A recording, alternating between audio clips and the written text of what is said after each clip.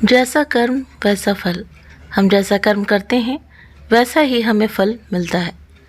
तो जैसा कर्म वैसा फल, हम जो भी कर्म करें उसका फल हमें अवश्य ही मिलता है। आप उस फल से भाग नहीं सकते। भागने की कितनी भी कोशिश कर लो पर वो फल आपको भुगतना ही पड़ेगा। इसके बिना कर्म शांत नहीं होता। हम कितने भी अच्छे बुरे कर्म कर लें उसका फल हमारे साथ ही रहता है, चाहे वो हमें देर से ही मिले, लेकिन मिलता ज़रूर है।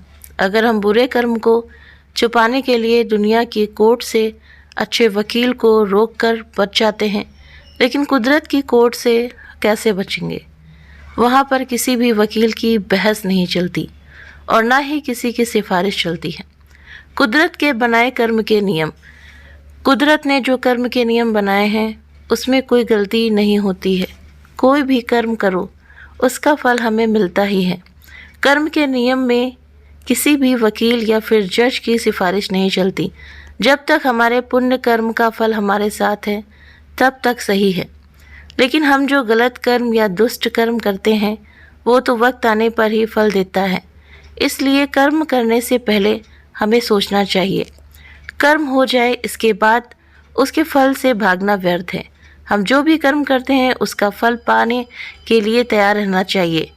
कई कर्म ऐसे होते हैं जो हंसते हंसते किए हों, लेकिन उसका फल रोते रोते भुगतना पड़ता है। जैसे राजा परीक्षित को कर्म का फल मिला, तो राजा परीक्षित एक महाज्ञानी, विद्वान और संस्कारी राजा थे, लेकिन उनसे एक महान पाप हो गया था। क्रोध के आवेश में आकर उन्होंने एक निरपराधी ऋषि के गले में मरा सांप पहना दिया था। राजा घर आए, शांत होते ही उनको उनके दुष्कर्म का एहसास हुआ और पछता कर कहने लगे कि मुझसे कितना भयंकर पाप कर्म हो गया। अब वो समय तो वापस नहीं आ सकता ना, तो राजा परीक्षित को उस कृत्य का फल तो भुगतना ही पड़ा। परीक्षित एक बड़े राजा थे, उन्होंने अपनी सत्ता का कभी भी दुरुपयोग नहीं किया था। परीक्षित राजा ने अपनी भूल का स्वीकार किया और खुद को दंड करने के लिए कहा कि मेरा बल, समृद्धि, सब कुछ ब्राह्मण ऋषि के क्रोधाग्नि में जल जाए, जिससे मेरे दिमाग में किसी को दुख या क्षति पहुंचाने का विचार ना आए। तो राजा परीक्षित अपने पापों का फल भुगतने के लिए तैयार थे।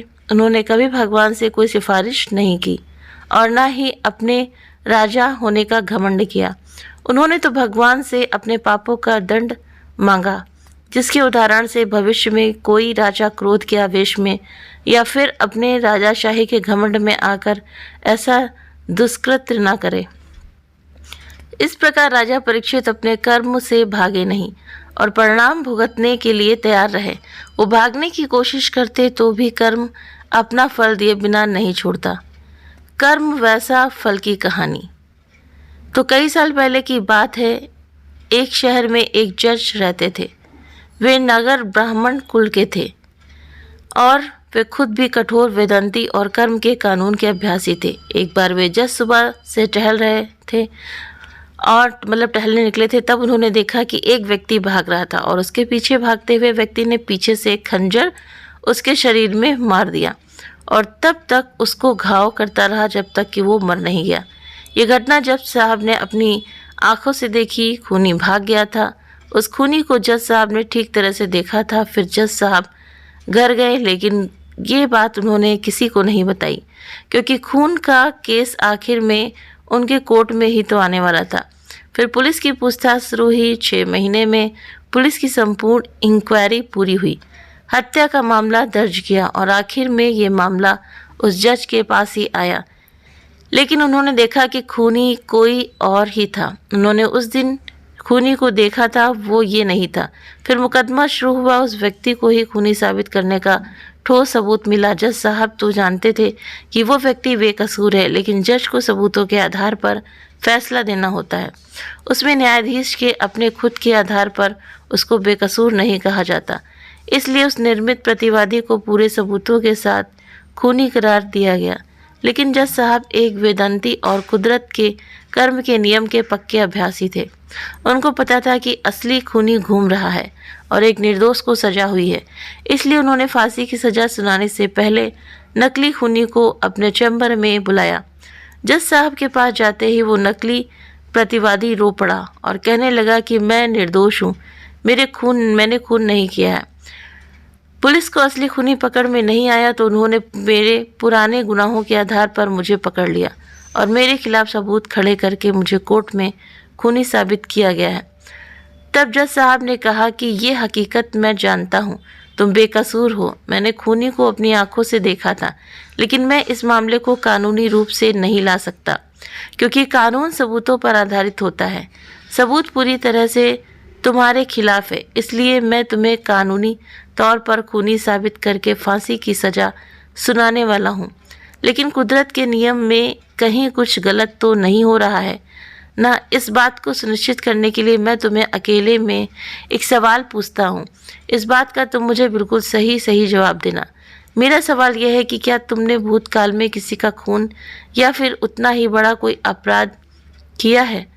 झूठे आरोपों में फंसे व्यक्ति ने अपना सिर झुकाकर कहा कि मैंने भूतकाल में 2 खून किए थे, लेकिन मैंने उस समय पुलिस वाले को बहुत सारे पैसे दिए थे, इसलिए मैं निर्दोष साबित होकर छूट गया था। लेकिन इस केस में मैं सच में बेकसूर हूँ, फिर भी सज़ा मिल रही है। जज साहब को समझ में आ गया कि भगवान के कर्म के नियम में कोई चूक नहीं है। पहले 2 खून के समय उसके पुण्य कार्य का फल चल रहा होगा, इसलिए इसका क्रियमाण कर्म ने फल देने में देर लगाई और कर्म साबित हुए। अब जब पुण्य खत्म हुआ होगा तो पहले के 2 खून के फल के रूप में बेकसूर होने पर भी उसे फांसी की सज़ा सुनाई। तो ये है कर्म का फल, जैसा कर्म वैसा फल। जज साहब ने अपनी आंखों से देखा था उस व्यक्ति को खून करते हुए, लेकिन फिर भी सज़ा इसको मिली। क्यों? क्योंकि ईश्वर के यहाँ न्याय है, अन्याय नहीं है। वो हमेशा सभी के साथ में न्याय करता है, चाहे पशु पक्षी हो, चाहे इंसान हो, कोई भी हो, उसके दरबार में सभी के साथ में न्याय ही होता है। जज साहब भी सोच में पड़ गए कि किस तरह से इसको बचाया जाए, लेकिन इसीलिए जज साहब ने देखिए किससे पूछा कि क्या तुमने कभी कुछ ऐसा कृत्य काम किया है, तो उसने कबूला कि हाँ, हमने कोई ऐसा बुरा काम किया है। तो इसीलिए ईश्वर सबको जगह, अगर कोई कहता है कि हमें ईश्वर ने हमारे मतलब कर्मों की सज़ा नहीं दी है, मैंने कुछ किया नहीं, लेकिन हमने इस जन्म में नहीं किया ना, हमने तो पिछले कई जन्म हमारे हैं, तो हमने किस जन्म में क्या क्या किया है तो ये कोई हम जब में पता तो है नहीं, हमें याद तो है नहीं। हम आज को देख करके ये सोचते हैं कि हमने तो इस जन्म में कोई बुरा नहीं किया, मैंने किसी के साथ में बुरा नहीं किया, कोई पाप नहीं किया, तो फिर हमें ये सज़ा क्यों मिल रही है? तो जो सज़ा हमें मिलती है, जो हमारे साथ होता है, वो सब हमारे ही कर्मों का लेखा जोखा होता है, हमारे कर्म के अनुसार ही मिलता है। इसलिए यही समझाया जाता है कि जो आपके सामने कोई दुख आया है या सुख आया है, उसको हंसी खुशी हमें स्वीकार कर लेना चाहिए, क्योंकि जो होता है वो अच्छे के लिए होता है और वो हमारे ही कर्मों का फल होता है। वीडियो पसंद आया तो वीडियो को लाइक करें, चैनल पर पहली बार है तो सब्सक्राइब करना ना भूलें। इस कहानी के बारे में आप सभी की क्या राय है तो प्लीज़ आप मुझे कमेंट करके ज़रूर से ज़रूर बताएं। आप सभी के सहयोग के लिए बहुत बहुत धन्यवाद। Thank you.